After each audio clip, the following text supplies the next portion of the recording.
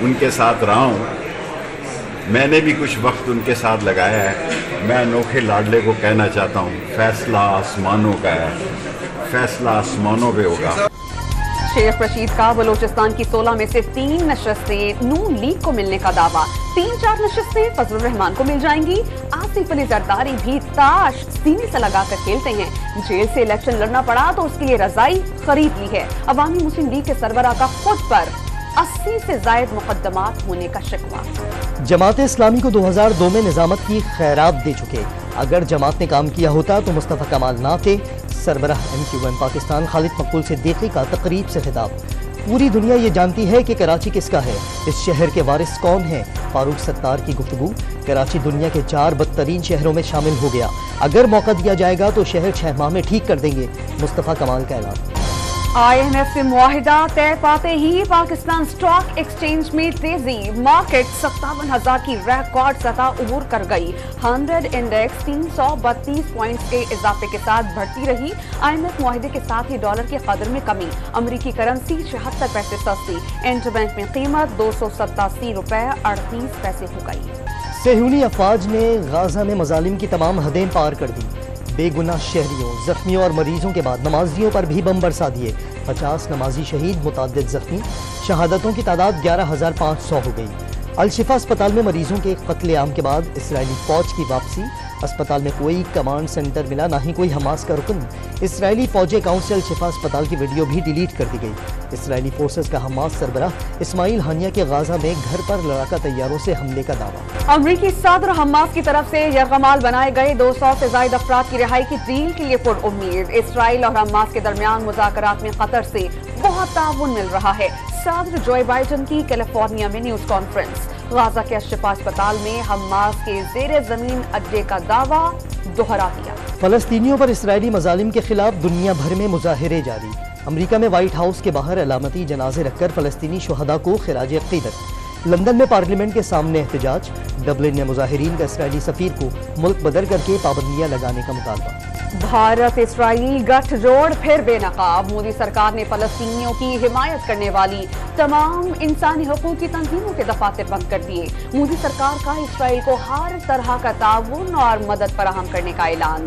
حمیرپور میں what's app پر فلسطین سے متعلق سٹیٹس لگانے پر 2 نوجوان گرفتار کر لیے گئے۔ علی گڑھ یونیورسٹی کے 4 طلباء کو فلسطین کے بارے میں بات کرنے پر پکڑ لیا گیا۔ اسرائیل کو فلسطینیوں کی نسل کشی سے روکا جائے، پاکستان کے اسرائیلی حامیوں سے مطالبہ۔ اقوام متحدہ اسرائیلی جارحیت رکوانے کے لیے ٹھوس اقدامات کرے، ترجمان دفتر خارجہ کی ہفتہ وار بریفنگ۔ اسرائیل کو جنگی جرائم کے لیے جواب دہ ٹھہرانے کی اپیل۔ سیکیورٹی فورسز کا پشاور کے علاقے بھٹابیر میں آپریشن، 4 دہشت گردوں کو ہلاک کر دیا۔ قبضے سے اسلحہ اور گولہ بارود برآمد۔ ڈیرہ اسماعیل خان میں دہشت گردوں سے جھڑپ میں لانس نائک محمد اعجاز شہید۔ چانک میں نادرہ سینٹر پر دہشت گردوں کی فائرنگ سے پولیس اہلکار جاں بحق اور راہگیر بچی زخمی ہو گئی۔ لاہور ڈیفنس میں حادثے میں 6 افراد کی ہلاکت کا معاملہ نیا رخ اختیار کر گیا۔ پولیس تفتیش میں گاڑی کو جان بوجھ کر ٹکر مارنے کا انکشاف۔ حادثے سے پہلے تکرار بھی ہوئی، پولیس نے ملزمان کے خلاف مقدمہ درج کر کے دہشت گردی کی دفعات بھی شامل کر لی۔ ناقص تفتیش پر 2 پولیس افسر معطل۔ فالو کر کے دوبارہ گاڑی کو ہٹ کیا، پروبیبلی اس نے یعنی پیچھے جو سکفل ہوئی ہے، اور یہ ڈیلیبریٹ انٹینشن جو تھا اس میں ہمیں ایلیمنٹ اور ایویڈنس جب ملا تو اس کی بنیاد پہ ہم نے 302 سیکشن ایڈ کی۔ حج اخراجات میں 1 لاکھ روپے کی کمی، آئندہ سال حج 10,75,000 روپے کا ہوگا۔ 27 نومبر سے حج درخواستوں کی وصولی شروع ہو جائے گی، 12 دسمبر تک وصول کی جا سکیں گی۔ ڈالرز کے ذریعے حج اسپانسر کرنے والے قرآن اندازی سے مستثنی قرار۔ حج پروازوں کا آغاز 9 مئی سے ہوگا۔ وفاقی وزیر برائے مذہبی امور انیق احمد کا اعلان۔ عوام نے پیٹرولیم مصنوعات کی قیمتوں میں کمی مذاق قرار دے دی۔ پیٹرول کی قیمت میں 2 روپے 4 پیسے کمی کے بعد فی لیٹر 281 روپے 34 پیسے میں دستیاب۔ لائٹ ڈیزل 9 روپے کمی کے بعد 180 روپے 45 پیسے کا ہو گیا۔ بڑھانے کے لیے اتنا بڑھاتے ہیں اور کم کرنے کے لیے یہ 2-3 روپے، کیا فرق پڑے گا اس سے؟ ابھی جب بڑھائیں گے تو 10-15 روپے بڑھا دیں گے، 2 روپے کم کر کے تو کوئی احسان نہیں کیا ہماری عوام کے اوپر۔ حکومت جب بڑھانے پہ آتی ہے 30 روپے 40 روپے بڑھاتی ہے، اور جب کم کرنے پہ آ جاتی تو 2 روپے یا 3 روپے 4 روپے بڑھا دے. یہ حکومت مذاق کر رہی ہے عوام کے ساتھ. اسموگ پر قابو پانے کے لیے پنجاب حکومت کا مصنوعی بارش برسانے کے منصوبے پر غور. پنجاب یونیورسٹی کے پروفیسر 3 سال قبل مصنوعی بارش برسانے کا کامیاب تجربہ کر چکے ہیں. اسموگ سے متاثرہ علاقہ جات میں ہفتے کو تعلیمی ادارے اور سرکاری اور نجی دفاتر بند رہیں گے. مارکیٹس دوپہر 3 بجے کے بعد کھل سکیں گی. کار کام کیا انہوں نے کسی قسم کا جو ہے نا یہ تو سسپینشن گاڑیوں کے خراب ہو رہے ہیں, ویل خراب ہو رہے ہیں. بہت مجبوری تھی تو میں گزرا ہوں, نہیں تو یہاں سے جانا آنا ختم کیا ہوا ہے. کوشش کریں کسی طرح اوپر کا روڈ بن جائے, ادھر سے آنا جانا شروع کر دیا. کراچی کے علاقے گلستان جوہر میں نئے تعمیر شدہ انڈر پاس میں پیور بلاکس کے روڈ کا تجربہ ناکام.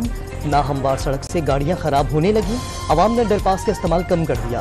میئر کراچی نے شکایات کو پروپیگنڈا قرار دیتے ہوئے پیور بلاکس کی سڑک کو کامیاب تجربہ قرار دے دیا. کراچی کا لیاری ایکسپریس وے پر انتظامیہ کی عدم توجہی کا شکار. شہریوں نے ایکسپریس وے کو واکنگ ٹریک بنا لیا.